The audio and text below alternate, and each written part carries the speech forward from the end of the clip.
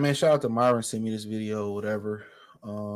Says Phil Jackson on race difference he saw in players approach the game. White players are more often willing to work collectively. Now, I got to agree with Phil with a lot that he said in this article. So I'm gonna try to keep this as short as possible. Phil Jackson wasn't malicious in his word, nor was he personally biased in his sentiment, right? So I think he right about this. And I'm gonna continue to speak on the issues in the NBA. Says Phil Jackson, and there's been rumors that some people felt like he may be a bit racist. I don't know, but Phil Jackson is arguably one of the most decorated coaches in NBA history. Safe to say that what he saw during his time in the sidelines, NBA front office, one aspect that made Jackson a great coach was his ability to manage players and understand the nuances of dealing with each unique personality. Interestingly, according to him, the biggest hurdle he had to navigate was the different approaches he saw between white and black players throughout his journey.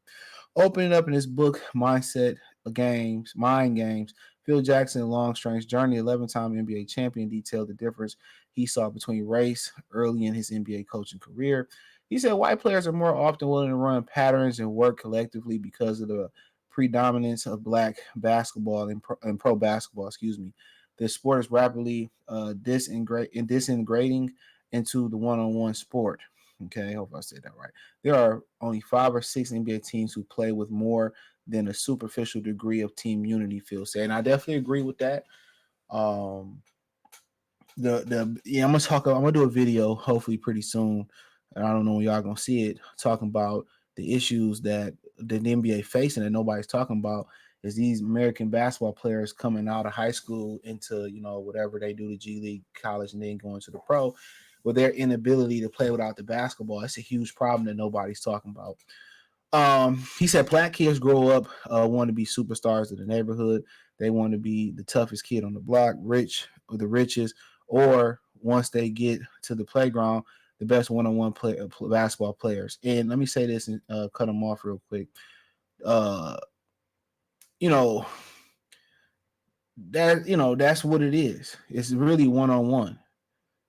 That's kind of what it is, man. It's a one-on-one mentality. White kids, on the other hand, usually are raised in a more homogeneous, hopefully I said that right, homogeneous environment, which provides other outlets for personal expression, he added. Like I said before, I agree. Black people got the mentality, I could do it on my own, and I don't need y'all help, and I don't need a team. And I watched that growing up, man. We used to have more talented players growing up. I used to play in the Catholic school league in the middle school and in elementary, middle school, and we had more talented players. And a lot of times the white teams would continue to beat us because they had better coaching structure. They had better teamwork. They worked as a team, and we was working as 10 different individuals or 7 different individuals, and they was working as one, like Voltron. That's real stuff. That's real stuff. So they grow up with a structure of team unity and moving the basketball and as one. We grew up as a one-on-one mentality. That's playing on the court, on the field, and off the court in the household. I don't need no man. I don't need my brother. I don't need nobody.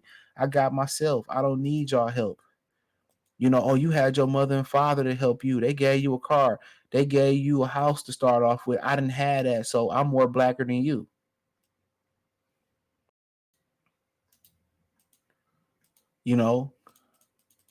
I'm blacker than you. You ain't really black. You came from something. You came from something. I didn't have no help. I didn't have no help.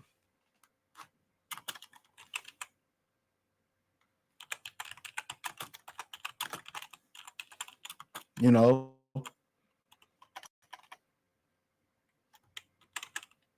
You know. So that is what it is. He's got a, I will agree with that. We can do it on our self mentality. We can do it our self mentality. We don't want to work as a team. And then when you choose to work with brothers, right? You regret it. I trust and believe me. You regret it. When you choose to work with brothers, you end up regretting it. When you were like, and that's why, I don't remember who said that. I did a video on my free game 89 channel. Check that out. FR33 game 89. I gotta transfer all that to the Patreon eventually. I don't know when I'm gonna be able to do it. Hopefully soon, right? But it's on the free game 89 channel. You got to go to the Patreon to see that. And one thing, I did a video. You can look it up over there. You just put free game 89 in, FR33 game 89, one word, and put in keep men away from your home. And I remember I'm hearing somebody that was said that they believe in didn't bring their men, they homies around their home, and their family. They didn't believe in that. I think it was Lil Durk said that, by the way. I just did the video. I just literally recorded the video of Lil Durk talking about he was speaking on about his son and his son's mother boyfriend or whatever. So y'all see that video before this one more than likely. So yeah, he was like he don't have homie come to his crib or whatever. And I don't blame him, dude. I mean, you go back to that song with Harold Melvin and the Blue Notes, "Where's All My Friends," about how his homies used to come over and try to holler at his girl when he went home. And I remember my mother telling her husband that she didn't feel comfortable with certain male guys that coming around their house. So my whole thing, I had a situation, and if I had end up having a house in the family, I wouldn't invite, uh, male friends to my house neither. I don't really have many of them, but I wouldn't invite male friends to my house either. So I wholeheartedly agree with that. Like, no, dudes is you be thinking that dudes is your homies, and they'll do you dirty, bro. People that know you is like when you talk to private investigators and people that's in crime. Most of them crimes are from people that they know because they feel like they know how they move and they have a certain leniency with them, and that's just what it is. They have a certain leniency with them. But in my humble opinion, man, he's right. Black people have a one-on-one mentality. We don't want to work in unity, and it's unfortunate. It's unfortunate, and that translates to the court. But at some point, the talent in the athletic talent gap and the physical talent gap, it tends to kick in. It tends to kick in. And what I mean when I say it tends to kick in, it tends to kick in because sometimes the talent becomes so great that a lot of those white players can't compete. It becomes individual talent when you go to the AAU or you go to these pre-camp workouts or these combines. It becomes down to individual talent. So talent usually trumps. It ended up trumping everything after a while. You know, so he's definitely right, man, about that. And I'm great. I'm glad that Myron sent this topic about it because it's gonna make great information for me. Um, um, it's gonna make great information for me when I talk about the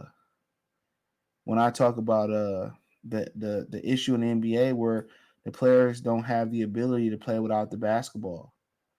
So it's gonna make a great topic for me. But he's 100% right. Um, he's 100% right in my opinion. Uh,